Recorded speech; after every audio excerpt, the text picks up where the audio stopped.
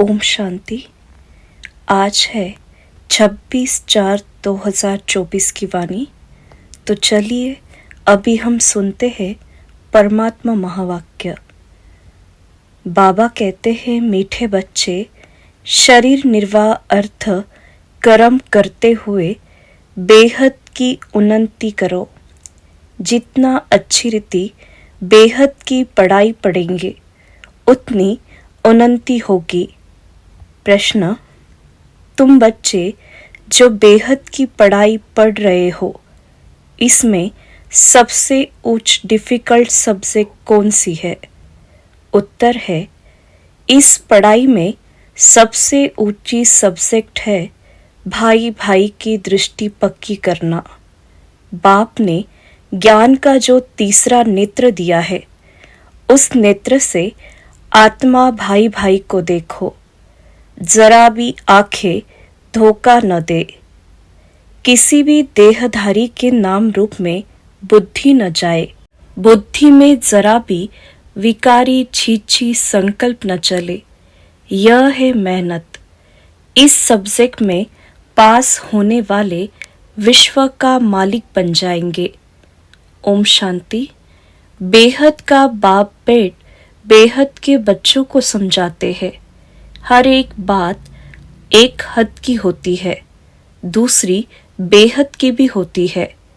इतना समय तुम हद में थे, अब बेहद में हो। तुम्हारी पढ़ाई भी बेहद की है। बेहद की बादशाही के लिए पढ़ाई है ना, इसमें बड़ी पढ़ाई कोई होती नहीं। कौन पढ़ाते हैं? बेहद का बाप भगवान। शरीर निर्वाह अर्थ भी सब कुछ करना है, फिर अपनी उन्नति के लिए भी कुछ करना होता है। बहुत लोग नौकरी करते भी उन्नति के लिए पढ़ते रहते हैं। वह है हद की उन्नति। यहाँ बेहद बाप के पास है बेहद की उन्नति। बाप कहते हैं, हद की और बेहद की दोनों उन्नति करो। बुद्धि से समझते हो, हमको बेहद की सच्ची कमाई अब करनी है। यहाँ तो सब कुछ मिट्टी में मिल जाना है। जितना जितना तुम बेहद की कमाई में जोर भरते जाएंगे, तो हद की कमाई की बातें भूलती जाएगी। सब समझ जाएंगे अब विनाश होना है। विनाश नजदीक आएगा तो भगवान को भी ढूंढेंगे। विनाश होता है तो जरूर स्थापना करने वाला भी होगा। दुनिया तो कुछ भी नहीं जानती। तुम प्रजापिता ब्रह्मा कुमार कुमारियां भी नंबरवार पुरुषार्थ अनुसार पढ़ाई पढ़ रहे हो। हॉस्टल में वह स्टूडेंट रहते हैं जो पढ़ते हैं, परंतु यह हॉस्टल तो न्यारी है। इस हॉस्टल में तो कई ऐसे ही रहते हैं जो शुरू में चले आए, वह रह गए, ऐसे ही आ गए, वैरायटी आ गए। ऐसे नहीं, सब अच्छे आए। छोटे छोटे बच्चे भी तुम ले आए हो। तुम बच्चों को भी संभालते थे, फिर उनमें कितने चले गए। बगीचे में फूल भी देखो, पंछी भी देखो, कैसे टिकली टिकलू करते हैं। यह मनुष्य सृष्टि भी इस समय ऐसे है। हमारे में कोई सभ्यता नहीं थी। सभ्यता वालों की महिमा गाते थे, कहते थे, हम निर्गुण, हारे में कोई गुण नहीं। भल कितने भी बड़े आदमी आते हैं, फील करते हैं कि हम रचयिता बाप और रचना के आदि मध्य अंतों को नहीं जानते हैं। फिर वह किस काम के हैं? तुम भी कुछ काम के नहीं थे। अब तुम समझते हो बाप की कमाल है। बाप विश्व का मालिक बनाते हैं। जो राजाई हमसे कोई भी छीन नहीं सकते। जरा भी कोई विघ्न डाल न सके। क्या से हम क्या बनते हैं। तो ऐसे बाप की श्रीमत पर जरूर चलना चाहिए। भल दुनिया में कितनी ग्लानि हंगामे आदि होते हैं, यह कोई नई बात नहीं। 5000 वर्ष पहले भी हुआ था। शास्त्रों में भी है, बच्चों को बताया है यह जो भक्ति मार्ग के शास्त्र है वह फिर भक्ति मार्ग में पढ़ेंगे। इस समय तुम ज्ञान से सुखधाम में जाते हो, उसके लिए पूरा पुरुषार्थ करना चाहिए। जितना अब पुरुषार्थ करेंगे उतना कल्प कल्प होगा। अपने अंदर जांच करनी है, कहाँ तक हम उच्च पद पाएंगे। यह तो हर एक स्टूडेंट समझ सकते हैं कि हम जितना अच्छा पढ़ेंगे उतना ऊंच जाएंगे। यह हमसे होशियार है, हम भी होशियार बने। व्यापारियों में भी ऐसे होता है, मैं इनसे ऊपर जाऊं यानी होशियार बनूं। अल्पकाल सुख के लिए मेहनत करते हैं। बाप कहते हैं, मीठे मीठे बच्चों, मैं तुम्हारा कितना बड़ा बाप हूँ। साकारी बाप भी है तो निराकारी भी है, दोनों इकट्ठे हैं। दोनों मिलकर कहते हैं, मीठे बच्चे, अब तुम बेहद की पढ़ाई को समझ गए हो, और तो कोई जानते ही नहीं। पहली बात तो हमको पढ़ाने वाला कौन है? भगवान क्या पढ़ाते हैं? राजयोग। तुम राज ऋषि हो। वह है हठ योगी, वे भी है ऋषि परंतु हद के। वह कहते हैं, हमने घर बार छोड़ा है, या कोई अच्छा काम किया है क्या? वह है हठ योगी, वे भी है ऋषि परंतु हद के। वह कहते हैं, हमने घर बार छोड़ा है, या कोई अच्छा काम किया है क्या? तुम घर बार तब छोड़ते हो जब तुमको विकार के लिए तंग करते हैं। उनको क्या तंगी हुई? तुमको मार पड़ी तब तुम भागी हो।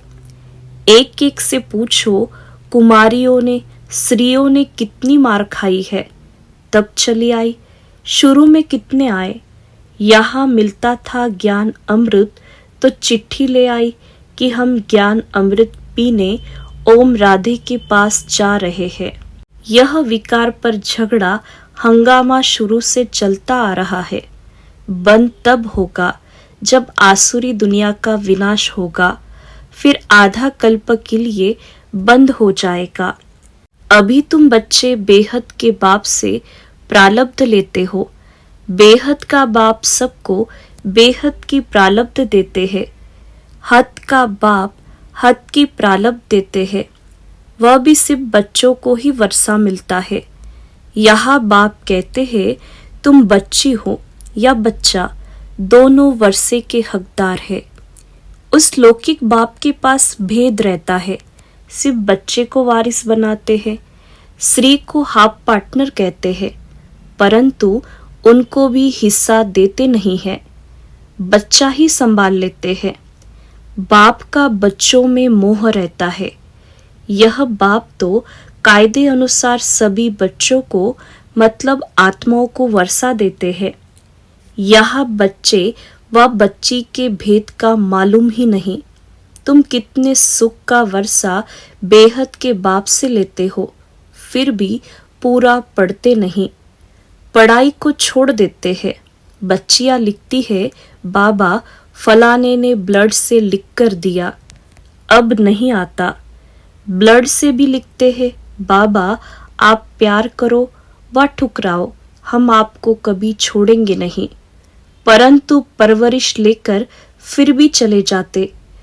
बाप ने समझाया है, यह सब ड्रामा है। कोई आचरवंत भागंती होंगे, यहाँ बैठे हैं तो निश्चय है, ऐसे बेहद के बाप को हम कैसे छोड़े। यह तो पढ़ाई भी है, गारंटी भी करते हैं, हम साथ ले जाएंगे। सतयुग आदि में इतने सब मनुष्य नहीं थे, अभी संगम पर सभी मनुष्य है। सतयुग में बहुत थोड़े होंगे, इतने सब धर्म वाले कोई भी नहीं रहेंगे। उसकी सारी तैयारी हो रही है। यह शरीर छोड़ शांति धाम चले जाएंगे। हिसाब किताब चुकतू कर जहाँ से आए पाड़ बजाने वहाँ चले जाएंगे। वह होता है 2 घंटे का नाटक, यह है बेहद का नाटक। तुम जानते हो हम उस घर के रहवासी है और है भी एक बाप के बच्चे। रहने का स्थान है निर्वाण धाम, वाणी से परे, वहाँ आवाज होता नहीं। मनुष्य समझते हैं ब्रह्म में लीन हो जाते हैं। बाबा कहते हैं आत्मा अविनाशी है, उनका कभी विनाश हो न सके। कितनी जीव आत्माएं हैं। अविनाशी आत्मा जीव द्वारा पाठ बजाती है। सब आत्माएं ड्रामा के एक्टर्स है। रहने का स्थान ब्रह्मांड पर वह घर है। आत्मा अंडे मिसल दिखाई पड़ती है, वहाँ ब्रह्मांड में उनके रहने का स्थान है। हर एक बात को अच्छी रीति समझना है। नहीं समझते हैं तो आगे चलकर आपे ही समझ जाएंगे। अगर सुनते ही रहेंगे तो, छोड़ देंगे तो फिर कुछ भी समझ नहीं सकेंगे। तुम बच्चे जानते हो यह पुरानी दुनिया खत्म हो नई दुनिया स्थापन होती।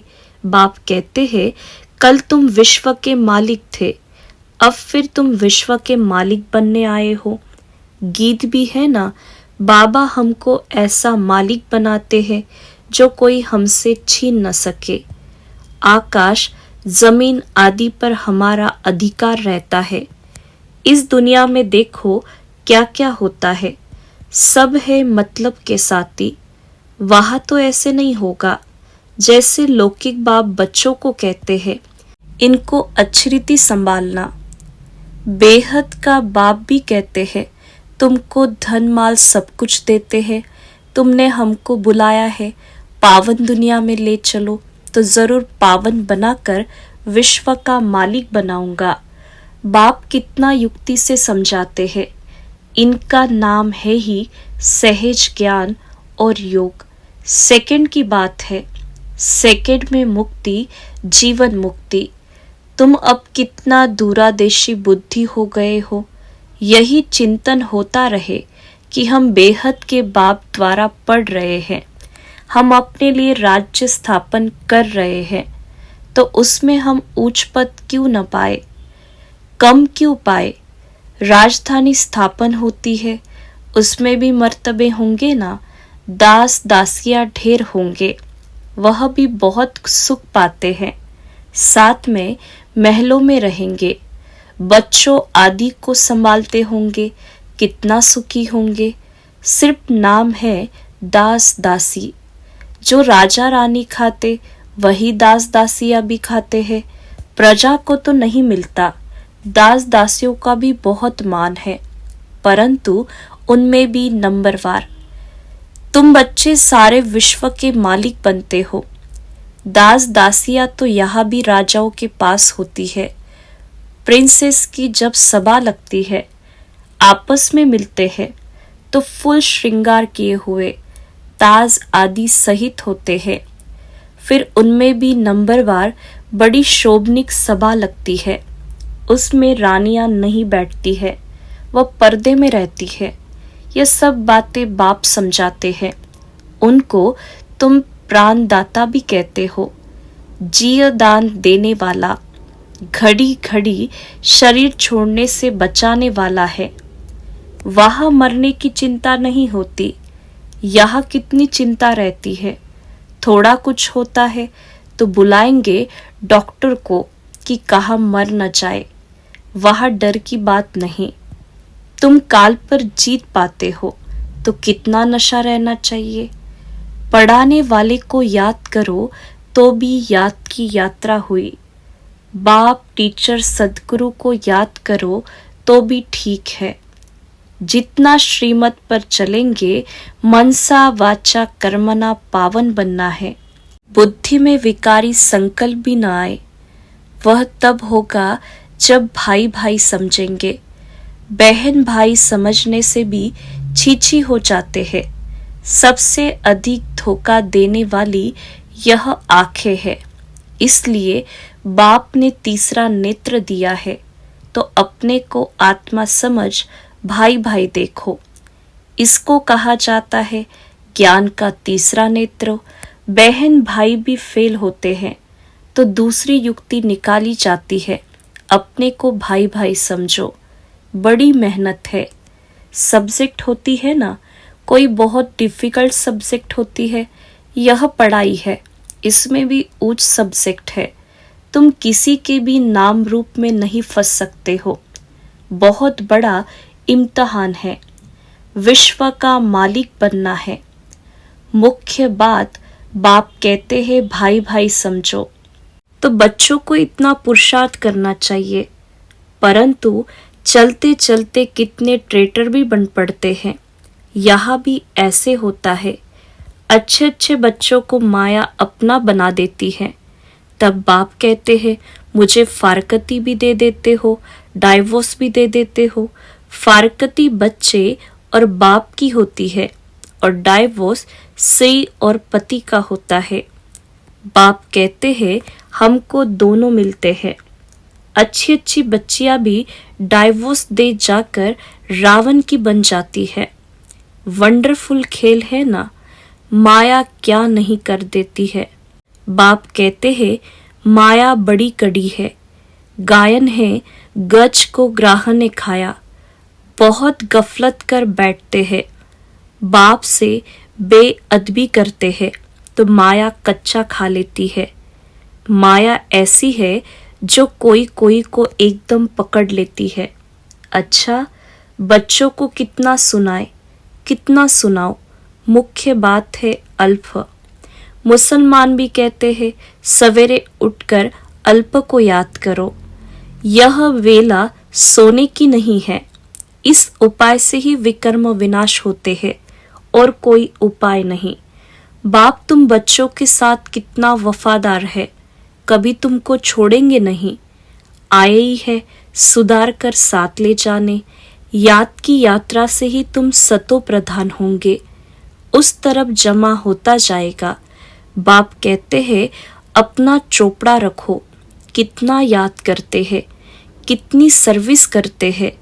व्यापारी लोग घाटा देखते हैं तो खबरदार रहते हैं, घाटा नहीं डालना चाहिए, कल्प कल्पांतर का घाटा पड़ जाता है। अच्छा, मीठे मीठे सिखिलदे बच्चों प्रति मात पिता बाप दादा का याद प्यार और गुड मॉर्निंग। रूहानी बाप की रूहानी बच्चों को नमस्ते। हम रूहानी बच्चों की रूहानी मात पिता बाप दादा को याद प्यार और नमस्ते। धारणा के लिए मुख्य सार है, पहली पॉइंट, मनसा वाचा कर्मना पावन बनना है। बुद्धि में विकारी संकल्प भी न आए, इसके लिए आत्मा भाई भाई हूं, यह अभ्यास पक्का करना है। किसी के नाम रूप में नहीं फंसना है। दूसरी पॉइंट, जैसे बाप वफादार है, बच्चों को सुधार कर साथ ले जाते हैं, ऐसे वफादार रहना है। कभी भी फारकती या डाइवोर्स नहीं देना है। वरदान है सदा हल्के बन बाप के नैनों में समाने वाले सहज योगी भव। विस्तार है संगम युग पर जो खुशियों की खान मिलती है वह और किसी युग में नहीं मिल सकती। इस समय बाप और बच्चों का मिलन है। वर्षा है, वरदान है। वर्षा अथवा वरदान दोनों में मेहनत नहीं होती, इसलिए आपका टाइटल है ही सहज योगी का। बाप दादा बच्चों की मेहनत देख नहीं सकते। कहते हैं बच्चे अपने सब बोझ बाप को देखकर खुद हल्के हो जाओ। इतने हल्के बनो जो बाप अपने नैनों पर बिठाकर साथ ले जाए। बाप से स्नेह की निशानी है सदा हल्के बन बाप की नजरों में समा जाना। स्लोगन है निगेटिव सोचने का रास्ता बंद कर दो तो सफलता स्वरूप बन जाएंगे। निगेटिव सोचने का रास्ता बंद कर दो तो सफलता स्वरूप बन जाएंगे। ओम शांति।